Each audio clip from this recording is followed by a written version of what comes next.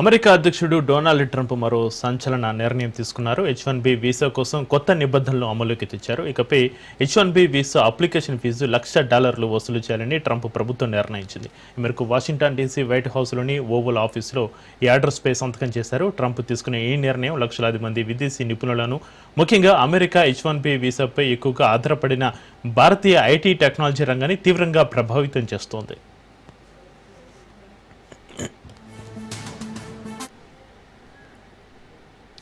H1B visa 1990లో ప్రారంభమైంది. అమెరికాలో కొరత ఉన్న రంగాల్లో ఉన్నత విద్యావంతులు, నిపుణులైన విదేశీ నిపుణులను నియమించుకోవడానికి దీన్ని ప్రవేశపెట్టారు. అయితే కాలక్రమేణా కంపెనీలు దీన్ని దుర్వినియోగం చేస్తున్నాయని ట్రంప్ సహా ఆయన ప్రభుత్వంలోని పలువురు అంటున్నారు.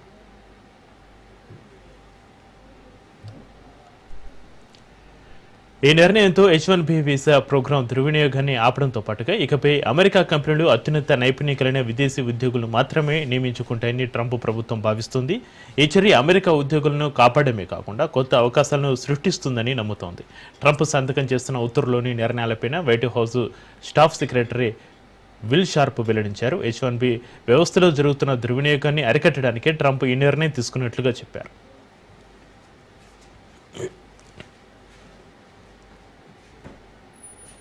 2015 నుంచి మంజూరైన H1B వీసాలలో 70% కంటే ఎక్కువ భారతీయులకే దక్కుతున్నాయి.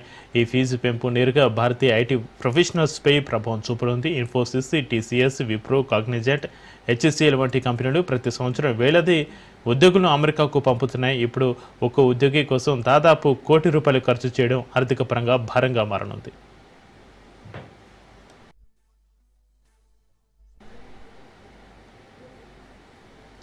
ఫలితంగా భారతీయ ఇంజనీర్లకు అమెరికా అవకాశాలు తగ్గే అవకాశం ఉంది. బదులుగా యూరోప్, కెనడా, ఆస్ట్రేలియా, మధ్యప్రాచ్య దేశాల వైపు ఈ టాలెంట్ వెళ్లే పరిస్థితి ఏర్పడవచ్చు.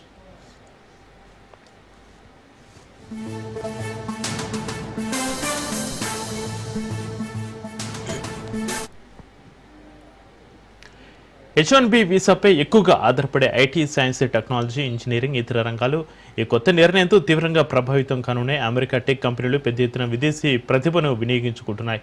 ఈ పెంపు కారణంగా వారి వ్యయాలు పెరిగి నియామకాల్లో పెద్ద మార్పులు జరగవచ్చు.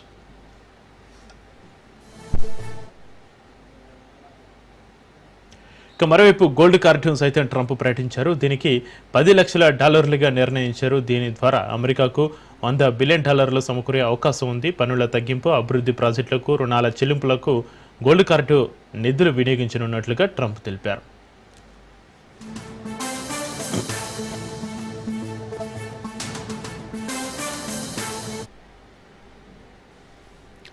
H1B వీసాదారుల వార్షిక రుసుము $1,00,000 విధిస్తూ అధ్యక్షుడు ట్రంప్ కార్యనిర్వాహక ఉత్తర్వుపైన సంతకం చేశారు. ఈ నేపథ్యంలో టెక్ కంపెనీలు అప్రమత్తమయ్యాయి. ఇతర దేశాల్లో ఉన్న H1B, H4 వీసాదారులు సెప్టెంబర్ 21 అమెరికాకు తిరిగి రావాలని కోరుతూ మైక్రోసాఫ్ట్ తమ ఉద్యోగులకు అడ్వైజరీ జారీ చేసినట్లుగా తెలుస్తోంది. అయితే అమెరికాలోనే విధులు నిర్వర్తిస్తున్న ఉద్యోగులు మంచి భవిష్యత్తు కోసం అక్కడే పని కొనసాగించాలని తన సంస్థ సూచించినట్లుగా సమాచారం. H1B వీసాపై ట్రంప్ ప్రకటన నేపథ్యంలో జుకర్బర్గ్ నేతృత్వంలోని టెక్ సంస్థ మెటా సైతం తమ ఉద్యోగులకు అడ్వైజరీ జారీ చేసింది. ట్రంప్ తీసుకున్న నిర్ణయంపైన పూర్తి స్పష్టత వచ్చే వరకు కనీసం 2 వారాల పాటు అమెరికాలోని ఉద్యోగులు ఎక్కడికి వెళ్లొద్దని సూచించింది. ఇతర దేశాల్లో ఉన్న H1B, H4 వీసాదారులు 24 గంటలలోపు తిరిగి యుఎస్కు వచ్చేలా ఏర్పాట్లు చేసుకోవాలని కోరింది.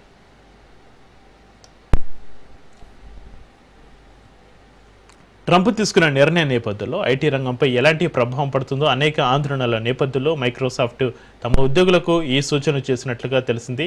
ప్రఖ్యాత టెక్ కంపెనీలైన Infosys, Wipro, Cognizant, Tata consultancy services వంటి సంస్థలు నైపుణ్యం కలిగిన విదేశీ నిపుణులను అమెరికా ప్రాజెక్టులలో ఉంచడానికి చాలా కాలంగా H1B వీసాలను వినియోగిస్తున్నాయి. ప్రస్తుతం H1B వీసా దరఖాస్తుదారులకు లాటరీ విధానం ఉంది.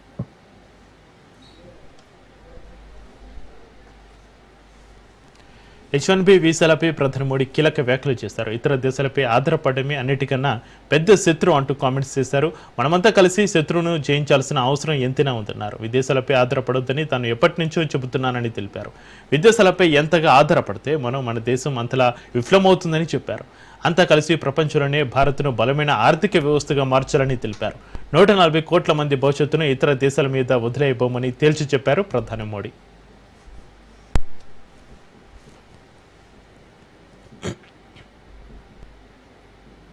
50% ट्रेड के लिए हम विदेशी जहाजों पर निर्भर हो गए। विदेशी जहाजों पर इस निर्भरता का हमें बहुत बड़ा नुकसान उठाना पड़ा।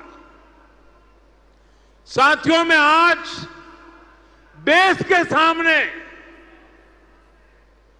कुछ आंकड़े आप सबके सामने रखना चाहता हूं।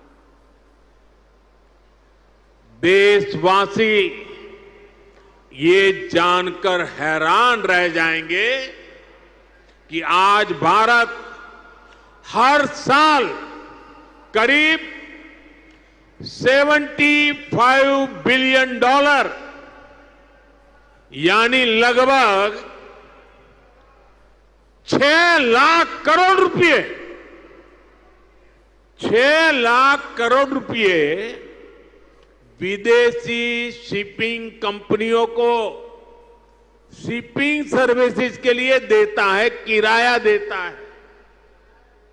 ये आज भारत का जितना डिफेंस बजट है करीब करीब उतना पैसा किराए में दिया जा रहा है। हमने सिर्फ भाड़े के रूप में दूसरे देशों को दिया है। हमारे पैसों से विदेशों में लाखों नौकरियां बनी हैं। सोचिए, इतने सारे पैसे का अगर एक छोटा सा हिस्सा అమెరికా తీసుకున్న H1B వీసా ఫీజు పెంపు నిర్ణయం ఇప్పుడు భారత్లో రాజకీయ ప్రకంపనలు సృష్టిస్తుంది. ఈ పరిణామంపై లోక్సభ ప్రతిపక్ష నేత రాహుల్ గాంధీ ప్రధాని నరేంద్ర మోడీపై తీవ్రస్థాయిలో విరుచుకుపడ్డారు. భారత్కు ఒక బలహీన ప్రధాని ఉన్నారంటూ ఆయన ఘాటుగా విమర్శించారు. H1B వీసా ఫీజును $1,00,000 పెంచడం వల్ల అత్యధికంగా నష్టపోయేది భారతీయులేనని పేర్కొంటున్న ఒక వార్తా కథనాన్ని కూడా ఆయన తన పోస్టుకు జత చేశారు. అమెరికా తీసుకున్న ఈ నిర్ణయం వల్ల 71% H1B వీసాలు కలిగి ఉన్న భారతీయులపై తీవ్ర ప్రతికూల ప్రభావం పడనుంది. గతంలో $1,700 నుంచి $4,500 మధ్య ఉన్న ఈ ఫీజును అధ్యక్షుడు డొనాల్డ్ ట్రంప్ ఏకంగా $1,00,000 పెంచుతూ నిర్ణయం తీసుకున్నారు. వీసా ప్రోగ్రాం దుర్వినియోగాన్ని అరికట్టి దేశీయ అమెరికన్లకు ఉద్యోగ అవకాశాలు కల్పించేందుకే ఈ చర్యలు తీసుకున్నట్లుగా అమెరికా ప్రభుత్వం తన ప్రకటనలో స్పష్టం చేసింది.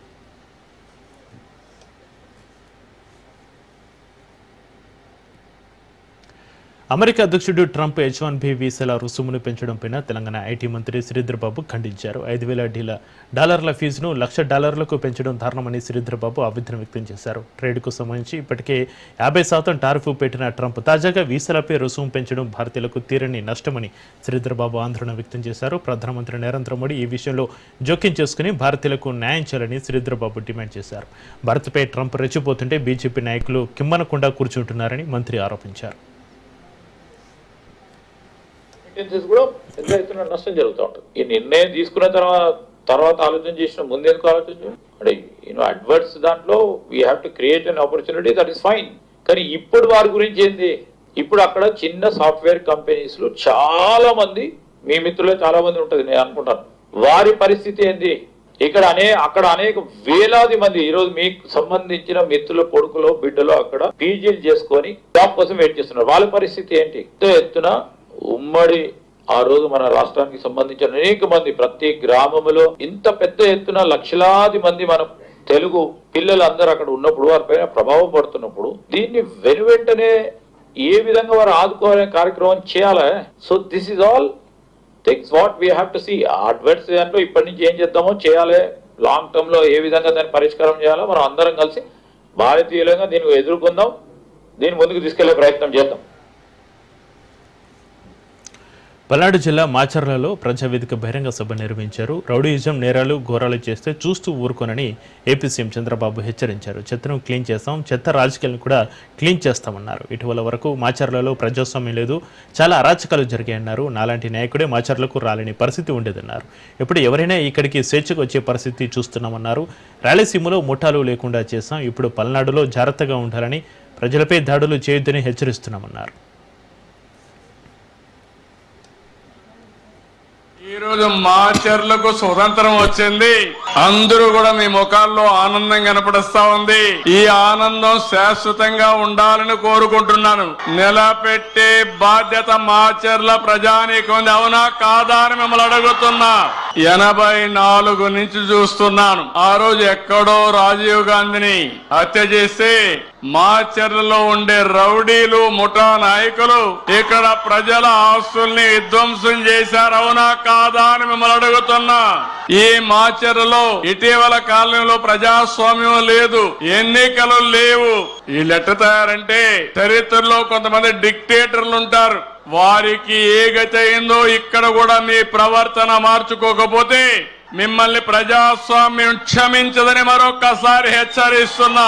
నేను రావాలంటే మా ఇంటికి ఆ రోజు తాళ్లు కట్టి ఆ హీరో సినిమా వస్తుందంటే చాలు ఆ పార్టీ నేతలకు పని పడ్డట్లే. సినిమా విడుదలకు ముందే ఆయనపై విమర్శలు ఎక్కువ పెడుతూ ఉంటారు. రాష్ట్రంలో ప్రజా సమస్యల కంటే మూవీ టికెట్ రేట్లకి ప్రాధాన్యమా అంటూ మండిపడుతుంటారు.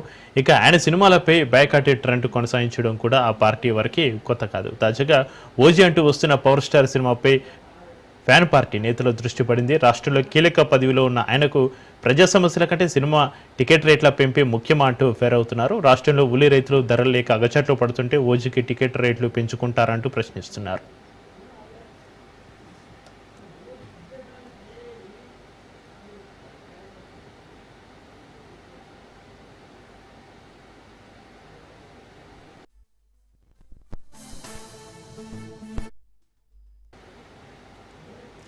ఏపీలో సినిమాలకు రాజకీయాలకు విడదీయరాని సంబంధం ఉంది. రాజకీయ నేతలు సినిమాల్లో, సినీ ప్రముఖులు రాజకీయాలు రాణిస్తున్నారు. అలాగే అధికార ప్రతిపక్ష నేతలుగా ప్రజా సమస్యలపైన తమదైన శైలిలో స్పందిస్తున్నారు. అలా తెలుగు సినీ పరిశ్రమలో అగ్ర హీరోగా వెలుగొందుతున్న పవన్ కళ్యాణ్ ప్రస్తుతం ఏపీ ఉప ముఖ్యమంత్రిగా కూడా ఉన్నారు.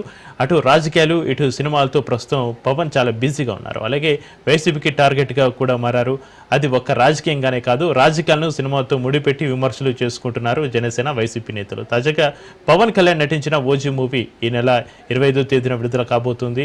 ఈ సినిమా ప్రీమియర్ షోలకు టికెట్ ధర ₹1000 పెంచుకునేందుకు ప్రభుత్వం అనుమతించింది. దీంతో వైసీపీ నేతలు ప్రభుత్వ నిర్ణయంపై మండిపడుతున్నారు. ఓజీ సినిమాకు అధిక టికెట్ ధర ఇచ్చినట్టే ఉల్లి రైతులకు, వరి రైతులకు కూడా పచ్చిమిర్చి రైతులకు కూడా మద్దతు ధర కల్పిస్తున్నట్లుగా ఒక జీవో ఇవ్వచ్చు కదా అని YCP MLA Chandrashekar deputy CM Pawan కళ్యాణ్ని ఎక్స్ వేదికగా ప్రశ్నించారు. ఇక పెయిడ్ ఆర్టిస్టుకు లాభం కోసమే ప్రభుత్వ ఉత్తర్వులు కానీ పేదల కోసం, రైతుల కోసం కాదంటారా అని నిలదీశారు.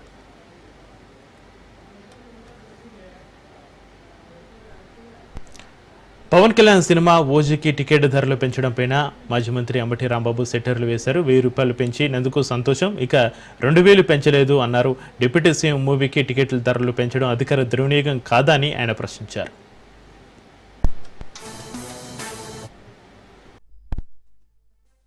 పవన్ కళ్యాణ్ గారు నటించిన సినిమా కొద్ది కాస్ట్లీగా ఉంటుంది. ₹1000 రేటు, అది కూడా మొట్టమొదటి రోజు ₹1000 అంట. ఇదంతా మొట్టమొదటి రోజు కొనేది నువ్వు నేను కొనం కదా, అభిమానులు కొంటారు, అభిమానులు బరాయిస్తున్నారు. ఏం చెప్తాం, మా జాంకాయ అన్నట్టుగా ఉంది వ్యవహారం. వాళ్ళ ప్రభుత్వం, ఉప ముఖ్యమంత్రి గారు నటించే సినిమా ఇక 2000 పెంచినందుకు సంతోషపడాలి మనం. ఇది అధికార దుర్వినియోగం కాదా అని నేను సున్నితంగా అడుగుతాను. అయ్యా చంద్రబాబు నాయుడు గారు, మీ ఉప ముఖ్యమంత్రి గారు నటించినటువంటి సినిమాకి ₹1000 పెట్టుకుని మీరు షోను రిలీజ్ చేస్తున్నారే, ఇది అధికార దుర్వినియోగం అవుతుందా కాదా నాకు చెప్పండి. దాని ప్రొడ్యూసర్ దానయ్య గారు ఏదో సంపాదించుకుంటున్నాడు కాదు నాకు ఉద్దేశం. ఉప ముఖ్యమంత్రి గారు నటిస్తే అంత కాస్ట్లీగా ఎందుకు కొడదండి టికెట్? మీ ప్రభుత్వం మీరు పెంచేసుకుంటారా? కొద్ది గొప్ప పెంచుకొని తప్పు లేదు. ₹1000 ఏందండి ఇది నాకు అర్థం కాలేదు. అదేమంటే మా కడుపు మంట అంటారు. ఆ ఓజీ మీద మా కడుపు మంట ఏమి లేదు. ఓజీ బ్రహ్మాండంగా ఆడాలని కోరుకుంటాం. మాకేం బీఆర్ నాయుడు ఒత్తిడి మేరకు టీటీడీ ఇంజనీర్తో ఫిర్యాదు చేయించారని టీటీడీ మాజీ చైర్మన్ భూమన కరుణాకర్ రెడ్డి అన్నారు. హైందవ ధర్మం, మత విద్వేషాలు రెచ్చగొట్టానని తనపై కేసు పెట్టారని తెలిపారు. ఫిర్యాదుదారుడు ఇచ్చిన ప్రశ్నల ఆధారంగానే పోలీసులు విచారించారని అన్నారు. శనీశ్వరుడు విగ్రహం అనడం విడ్డూరంగా ఉందని విమర్శించారు. టీటీడీ పాలక మండలి అధ్యక్షుడు బీఆర్ నాయుడు, ఆయన భుజకీర్తులైనటువంటి ఓ 3-4 పాలక మండలి సభ్యుల యొక్క ఒత్తిడి మేరకు ఆ ఫిర్యాదు పోలీసు వాళ్ళు ఆ సంబంధిత ఇంజనీర్తో చేయించినట్టుగా అర్థమవుతుంది. అక్కడ హిందువుల మనోభావాలను దెబ్బతీసినట్టుగా నేను మాట్లాడినటువంటి మాటలు హైందవ ధర్మానికి నష్టం కలిగించేటువంటివిగా, మత విద్వేషాలను రెచ్చగొట్టేటువంటి మాటలు నేను మాట్లాడినట్టుగా ఆ ఫిర్యాదులో ఉన్నది. పోలీసు అధికారులు నన్ను పిలిచి దాదాపు ఒక 31 ప్రశ్నలు వేయటం జరిగింది. అక్కడ ఫిర్యాదులో అది శనీశ్వర విగ్రహం అని చెప్పటం, ఆయన అది 20 సంవత్సరాలుగా ఆ విగ్రహం శనీశ్వర విగ్రహం అలా ఉంది అని చెప్పటం మరింత తప్పు. శంకు చక్రాలు ధరించిన విష్ణుమూర్తి విగ్రహము మలమూత్రాల మధ్యన. తిరుమల తిరుపతి దేవస్థానం పరిధిలోని పరకమణి విభాగంలో జరిగిన భారీ చోరుపై టీటీడీ సభ్యుడు భానుప్రకాష్ రెడ్డి సంచలన వ్యాఖ్యలు చేశారు. తాజాగా ఒక వీడియోను విడుదల చేస్తున్న ఆయన పరకమణిలో రవికుమార్ అనే వ్యక్తి దోచుకున్న దృశ్యాలు అందులో ఉన్నాయని తెలిపారు. దొంగతనానికి వైసీపీ నాయకులు అధికారుల సహకారం ఉన్నట్లుగా భానుప్రకాష్ రెడ్డి పేర్కొన్నారు. కోట్లాది రూపాయల విలువైన డబ్బును రియల్ ఎస్టేట్లో పెట్టుబడి చేశారని వివరించారు.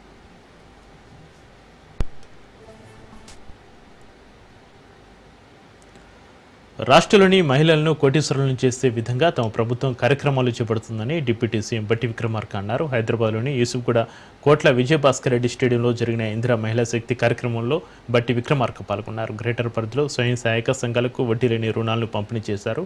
5 కోటి మంది మహిళలను కోటీశ్వరులను చేయడం తమ ప్రభుత్వ లక్ష్యమని తెలిపారు.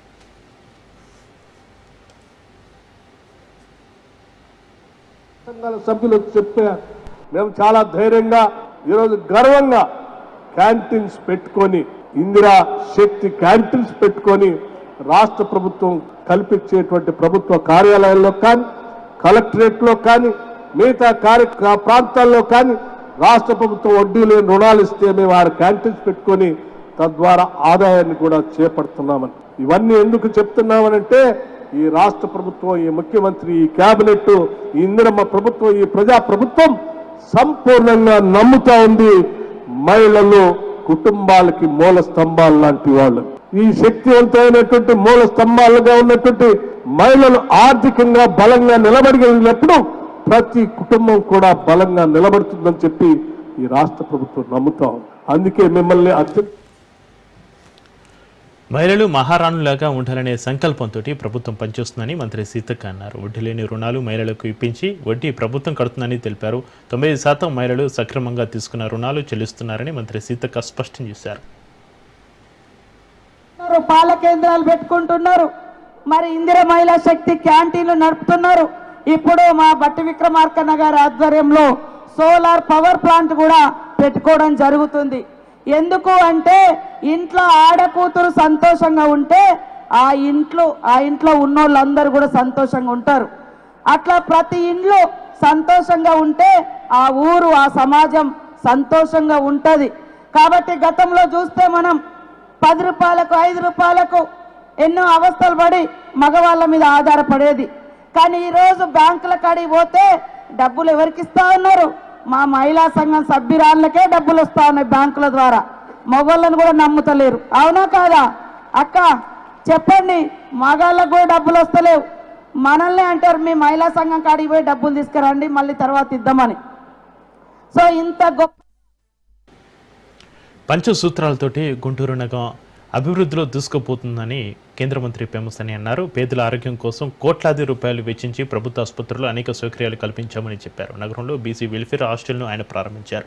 ఈ కార్యక్రమంలో రాష్ట్ర బీసీ వెల్ఫేర్ శాఖ మంత్రి డోలబాల వీరాంజనేయ స్వామి, టీడీపీ రాష్ట్ర అధ్యక్షుడు పల్లా శ్రీనివాసు, మాజీ మంత్రి నక్క ఆనంద్ బాబుతో పాటుగా పలువురు టీడీపీ ఎమ్మెల్యేలు పాల్గొన్నారు.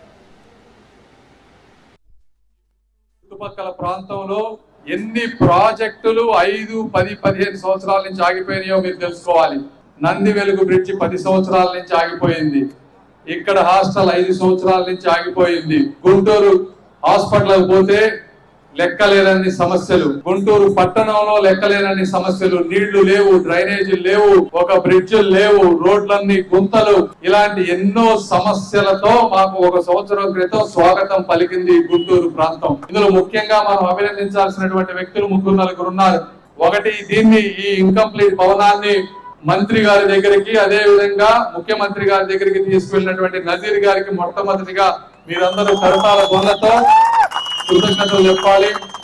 అదే విధంగా బడ్జెట్ ఎంత కష్టమైనా కూడా ఇచ్చినటువంటి మన మంత్రి గారికి, వీరాంజనేయ స్వామి గారికి, ముఖ్యమంత్రి శ్రీ నారా చంద్రబాబు నాయుడు గారికి, అదే విధంగా వారికి నిరంతరం సహకారం అందిస్తున్నటువంటి జననేత మన పవన్ కళ్యాణ్ గారికి అందరికీ కూడా మనస్ఫూర్తిగా విధంగా మనం ఒకసారి ధన్యవాదాలు చెప్పాలి. 300 కోట్ల రూపాయలతో అన్ని ప్రాంతాల్లో, ఒక్క నియోజకవర్గమే కాదు అన్ని నియోజకవర్గాల్లో ఇలా చాలా అసంపూర్తి భవనాలు ఉన్నాయి, వాటన్నిటినీ డెవలప్ చేయాలి అని. అదే విధంగా రాష్ట్రంలోని మైనారిటీల జీవన ప్రమాణాలు పెంచడంతో పాటుగా పేద కుటుంబాలకు ఆర్థిక భరోసా కల్పిస్తామని మంత్రి అడ్లూరి లక్ష్మణ్ తెలిపారు. సచివాలయంలో 2 కొత్త పథకాలు ఇందిరమ్మ మైనారిటీ మహిళా యోజన, రైతన్న సహారా ప్రారంభించారు. ఈ మేరకు ఆన్లైన్ రిజిస్ట్రేషన్ పోర్టల్ OBMMSలో అక్టోబర్ 6 వరకు దరఖాస్తు చేసుకోవాలని సూచించారు. అసహాయ మహిళలు, అనాథులు, చిన్న వ్యాపారాలతో స్వయం ఉపాధి పథకాలు పొందేందుకు ఇందిరమ్మ యోజన ఉపయోగకరంగా ఉంటుందని తెలిపారు.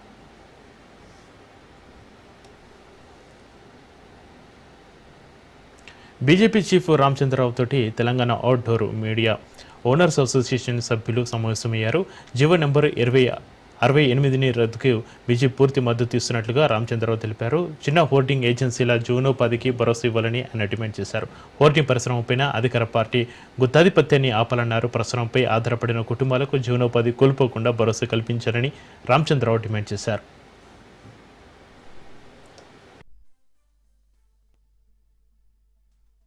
ఎందుకంటే ప్రభుత్వం ఏదైనా ప్రచారం చేయాలన్నా, ప్రభుత్వం పాలసీస్ ప్రచారం చేయాలన్నా, లేకుంటే ఒక సంస్థలు వాళ్ళ ఒక ప్రోడక్ట్స్ లేకపోతే వాళ్ళ విషయాలను కూడా ఏదైనా చేస్తే ఈ మీడియం ఆఫ్ కమ్యూనికేషన్ కూడా ఈ యొక్క అవుట్డోర్ అడ్వర్టైజింగ్ మీడియా కూడా ఒకటి ఇంపార్టెంట్.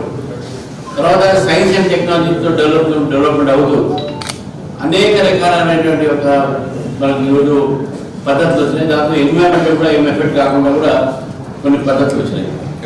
అది ప్రభుత్వం గుర్తించాలి. అందుకే ఈ జియో 68 తీసేటప్పుడు సరే కోర్టు ఏం చెప్పింది దాంట్లో పోను, కానీ కాంగ్రెస్ ఆల్మట్టి డ్యామ్ ఎత్తు విషయంలో కవిత కీలక కామెంట్స్ చేశారు. ఆల్మట్టి ఎత్తు పెరగడంతో తెలంగాణకు తీవ్ర అన్యాయం జరుగుతుందని ప్రభుత్వం ఎందుకు మౌనంగా ఉందంటూ ఆమె ప్రశ్నించారు. తెలంగాణలోని కృష్ణా నదిలో క్రికెట్ ఆడుకునే పరిస్థితి వస్తుందన్నారు. 5 జిల్లాల ప్రజలకు ఇబ్బంది కలుగుతుంటే సీఎం ఎందుకు స్పందించడం లేదని ప్రశ్నించారు. రేవంత్ రెడ్డి గారు కూడా అటెండ్ అవ్వాలి. మీరు అటెండ్ అయితేనే మనకు రావాల్సినటువంటి న్యాయం జరుగుతుంది, మనకు దక్కాల్సినటువంటి వాటా దక్కుతుంది. మీ సిన్సియారిటీ ఏందో కూడా ప్రజలకు అర్థమవుతుందని చెప్పి ఈ సందర్భంగా నేను డిమాండ్ చేస్తా ఉన్నాను. మరి తెలంగాణ జాగృతి పదే చెప్పిన విషయం మళ్ళొకసారి గుర్తు చేస్తున్నా. ఇదంతా ఎందుకు జరుగుతుందంటే నీళ్ల విషయంలో ఆంధ్రాలో పనిచేసినటువంటి ఆదిత్యనాథ్ దాస్ గారిని తెలంగాణకు అడ్వైజరీగా పెట్టుకున్నప్పటి నుంచే ఈ ఇబ్బందులన్నీ జరుగుతున్నాయి. వారిని తక్షణమే తొలగించండి. వారికి మన తెలంగాణ మీద ప్రేమ ఎందుకుంటది? కనీసం మీకుందని మీరు నిరూపించుకోండి, మీరు ఆలోచన చేయండి, కృష్ణానదిని కాపాడండి అని చెప్పి నేను ప్రభుత్వాన్ని డిమాండ్ చేస్తా ఉన్నాను. కృష్ణా ట్రిబ్యునల్ తెలంగాణ హైకోర్టు ప్రధాన న్యాయమూర్తి అపరేష్ కుమార్ సింగ్ తోటి ముఖ్యమంత్రి రేవంత్ రెడ్డి భేటీ అయ్యారు. రాష్ట్రంలో న్యాయ వ్యవస్థకు సంబంధించి మౌలిక వసతుల కల్పన, సిబ్బంది నియామకం అంశాలపై చర్చించారు. కొత్త జిల్లాలో అవసరమైన చోట కోర్టు భవనాలు, మౌలిక వసతులను కల్పించడంతో పాటు సిబ్బంది నియామకం చేపట్టాలని ప్రభుత్వానికి సూచించారు సీజే. ఇందుకు సంబంధించి పలు ప్రతిపాదనలు ముఖ్యమంత్రి దృష్టికి తీసుకొచ్చారు. ప్రాధాన్యత వారీగా రాష్ట్రంలోని వివిధ జిల్లాలతో పాటుగా కొత్త జిల్లాలో కోర్టులకు మౌలిక వసతుల కల్పన, సిబ్బంది నియామకం చేపట్టేందుకు ప్రభుత్వం సిద్ధంగా ఉందని ముఖ్యమంత్రి రేవంత్ రెడ్డి తెలిపారు.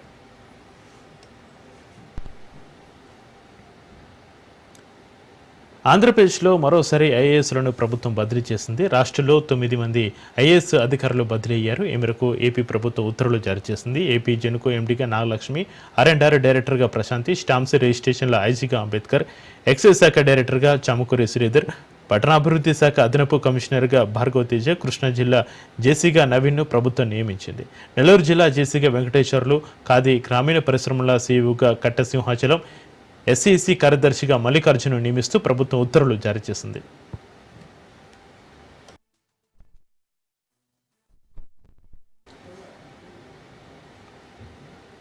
విజయవాడ ఇంద్రకీలాద్రి దిగువన కమాండ్ కంట్రోల్ రూమ్లో group of ministers Dasara coordination సమావేశం జరిగింది. ఈ కార్యక్రమానికి మంత్రులు ఆనం రామనారాయణ రెడ్డి, వంగలపూడి అనిత, సత్యకుమార్, పార్థసారథి, అనగాని సత్యప్రసాద్, కొల్లు రవీంద్ర హాజరయ్యారు.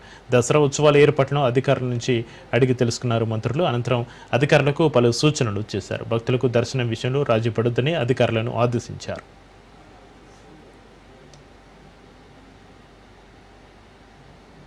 మనకి పైకి పోవడానికి వెహికల్స్ ని అలౌ చేయరు.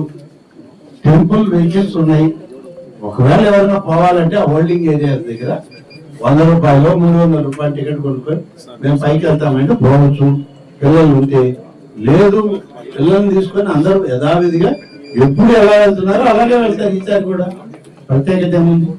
హోల్డింగ్ పాయింట్స్ ఉన్నాయి, మీరు ఒకసారి మొత్తం పాంప్లెట్ చూసుకోండి. దానికి కావాల్సిన అడ్వర్టైజ్మెంట్ కూడా మళ్ళీ టెంపుల్ వాళ్ళు, కలెక్టర్ గారు, సిపి గారు ఇస్తారు, రూట్ మ్యాప్ ఇస్తారు.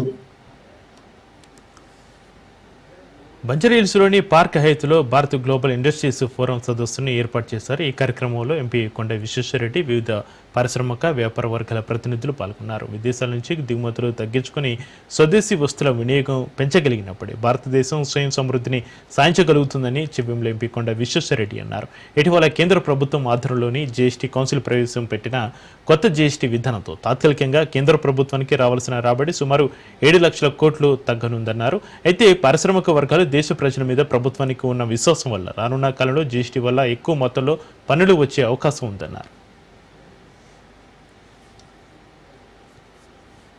స్వదేశీ జాగరణ్ మంత్ ఇక్కడున్న ఇండస్ట్రియల్స్ ను, ఎక్స్పర్ట్స్ ను పిలిచి ఒక డిన్నర్ మీటింగ్ పెట్టారు ఈరోజు హయాత్లా. అండ్ పెద్దలందరూ వచ్చిండ్రు, అధ్యక్షులు, మాజీ అధ్యక్షులు, జనరల్ సెక్రటరీలు అందరూ కూడా వచ్చారు. ఇది ఆర్గనైజ్ చేసింది ఇంద్రసేన్ రెడ్డి గారు. సంతోషం నేను ఇక్కడ వచ్చినందుకు. ఎన్నో విషయాలు డిస్కస్ చేశాము, ప్రత్యేకంగా 3 విషయాలు. ఒకటేమో జిఎస్టీ, ఇంకోటేమో ట్రంప్ పెట్టిన టారిఫ్స్, మూడోదన్నే స్వదేశీ ఎట్లా కాగలుగుతుంది, ఇండియా బలంగా ఎట్లా కాగలుగుతుంది. ఈ 3 విషయాల మీద అందరూ డిఫెన్స్ టెక్నాలజీలా, కన్స్ట్రక్షన్స్ లా, ఫార్మాలా, అగ్రోటెక్ లా, ఇన్సూరెన్స్ ఇండస్ట్రీ, ఐఆర్డిఏ, సిజిఎం, వీళ్ళందరూ కూడా రావటం జరిగింది. వీళ్ళందరూ కూడా పాజిటివ్ మైండ్ ఉన్నారు. ఇప్పుడు వచ్చే రిఫార్మ్స్. కర్నూలు జిల్లాలో ఉల్లి రైతుల కన్నీళ్లు ఆగడం లేదు. పశ్చిమ ప్రాంతంలో ఉల్లి పంట అధికంగా సాగు చేస్తారు. ఇక్కడ పండించిన పంట మన రాష్ట్రంలోనే కాకుండా ఇతర రాష్ట్రాలకు రవాణా అవుతుంది. పండించిన పంటకు గిట్టుబాటు ధర లేదు. నిండా మునిగిన రైతుకు ఇప్పుడు కూలీ, రవాణా ఖర్చులు కూడా పెనుభారంగా మారాయి. ఉల్లి పంట కోసి మార్కెట్కు తరలిద్దామంటే గిట్టుబాటు కావడం లేదంటూ కొందరు పొలంలోనే వదిలేస్తున్నారు. మరికొందరు ప్రభుత్వం మద్దతు ధర క్వింట 1200 అయినా చేతికొస్తుందనే ఆశతోటి పంటను కర్నూలు మార్కెట్కు తీసుకెళ్తుంటే అక్కడ నిల్వ చేసేందుకు చోటు లేదు. ఏపీ మార్కెట్ కొన్న ఉల్లి నిల్వలు పేరుకుపోవడంతో ఉల్లి లోడుతో వచ్చిన వాహనాలను మార్కెట్లోకి అనుమతించడం లేదు. దీంతో నష్టాల్లో ఉన్న తమను రాష్ట్ర ప్రభుత్వం ఆదుకోవాలని రైతులు వేడుకుంటున్నారు. ప్రభుత్వం ఈ సమస్యకు శాశ్వత పరిష్కారం చూపాలని కోరుతున్నారు రైతులు. 3.5 ఎకరాలు సాగు చేసినాను ఉల్లి. నాకు కౌలుకు తీసుకున్నాను. ఎకరా వచ్చేసి 30,000 కౌలు గుత్త.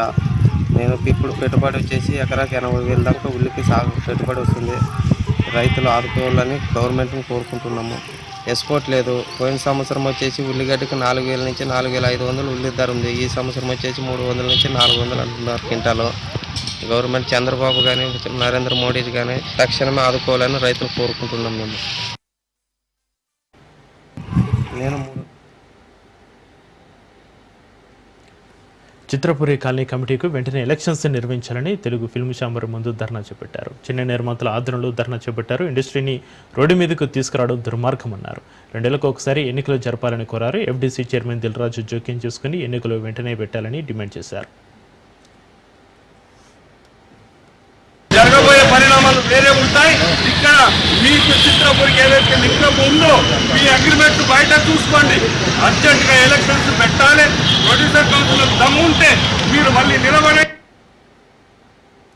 ప్రముఖ సినీ నటుడు మోహన్ లాల్కు ప్రతిష్టాత్మక దాదాసాహెబ్ ఫాల్కే అవార్డును కేంద్ర ప్రభుత్వం ప్రకటించింది. సినీ రంగంలో చేసిన విశేష సేవలకు గాను 2023 ఏడాదికి ఆయన అవార్డుకు ఎంపిక చేసింది. సెప్టెంబర్ 23న 71వ జాతీయ సినిమా అవార్డుల ప్రధానోత్సవం జరగనుంది.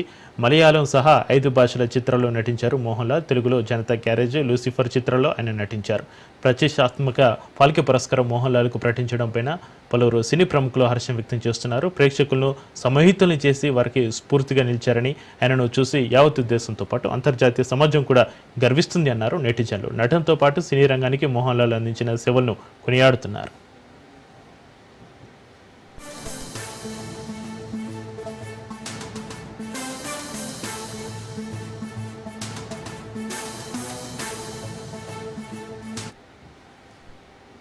ఇవి ఇప్పటివరకు బులెటిన్ అప్డేట్ చూస్తూనే ఉండండి రాష్ట్రం.